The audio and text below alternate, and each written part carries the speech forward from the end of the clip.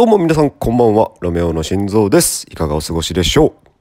今日はですね、上げさせていただく動画は前回の動画と関連するんですが、主に PvE を主体とするダークゾーンのお話です。なのでぜひね、PvE が大好きなんだけれどもダークゾーンがちょっと怖いという方向けの動画となっておりますので、ぜひ、ご覧いただけたらなと思ってます。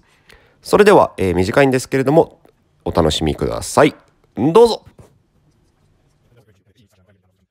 And one of our focuses on this game, Division2, has been how can we make the Dark Zone into a fairer place, a fairer playing field, a deeper playing field as well. And we've got a lot of design elements and rules and loops there that really are conducive to guiding players who are maybe a little bit intimidated, but want that risk-reward challenge, want that intensity into the Dark Zone, which is, you know, a fair space of the map when you think about it. So dedicating all of that space only to, you know, the most hardcore of the hardcore wasn't exactly what we wanted to do. But we have something for them too. We have something for them as well. Let's take a look at the gameplay here, because for the loop that you were talking about, so there's been changes made to the rogue mechanics. We should maybe say that the rogue kind of concept has expanded a little bit in the Division 2. So I'm not sure where you are now, but if you could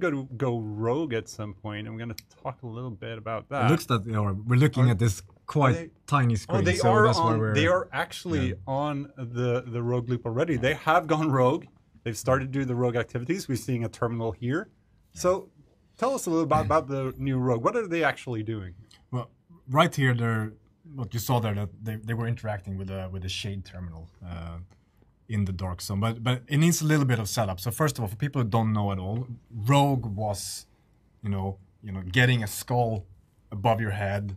This is in the original, when we released the Division 1, saying this player has killed another player, and it's now, fair game to take this player out without consequence, but that player stands to lose a lot potentially, right?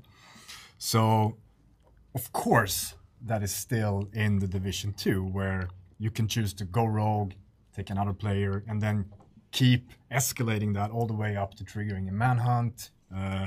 And we wanted to extend that experience towards something a little less intimidating maybe than engaging with another player in full-on PvP, where things like opportunism, greed, selfishness. Yeah, you could say even selfishness can also be, the entry point into the rogue loop. So that's what we call rogue action. So things like deciding to take an entire supply drop for yourself instead of sharing it will flag your rogue and set you on into this little journey, which is what they're doing here, I think. Yes. Yes, they've actually already gone through the whole thing. They've unlocked the Thieves' Den, which we'll touch upon in a couple of minutes. But right, so as we said, anything can happen. So they've been playing and we've been talking. So For sure.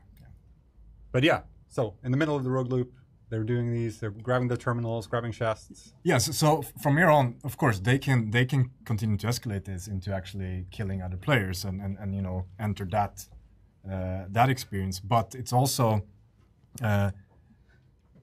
what this does is that it enables players who maybe want to completely try to avoid engagement with other players to have a full loop. So once you enter this state, they're going to these terminals and they're basically triangulating the location of a number of hidden, we call Thieves' Dens. It's almost like a rogue safe house that you will be able to then get to if you manage to survive. For some reward, there's going to be a vendor in there selling some unique stuff. And it also marks the end of that loop. So, and I think they're actually in the Thieves' Den. And this Thieves' Den is very different from the Shade Safe House that's also located in the Dark Zone. So you can find these in sewers. You can find them in different entry points. It's always going to be a surprise because you have to triangulate their location. So we don't want everybody sort of aiming for the same location every time. So there's a randomization there. So we're using different locations within the map.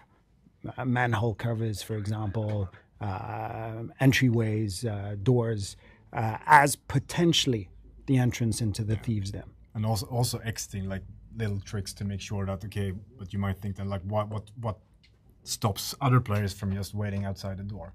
On exit, you will emerge somewhere else. Yeah.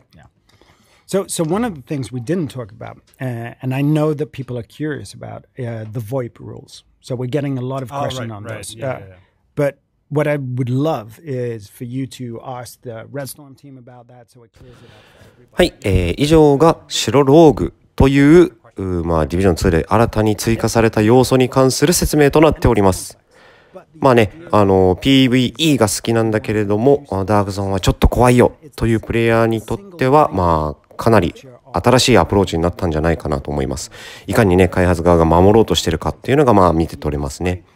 で、これとは別にですね、PvP プレイヤー向けのコンテンツも準備されており、そちらの方のご紹介もできればと思います。こちらの方はご要望があればという形でお答えしたいなと思っておりますので、もしね、そういった意見があればお知らせください。本日のね、動画はここまでとさせていただきます。ここまでご覧いただき誠にありがとうございました。ロメオの心臓でした。それではまた次回の動画でお会いしましょう。寒いのでね、体に気をつけてください。では、失礼いたします。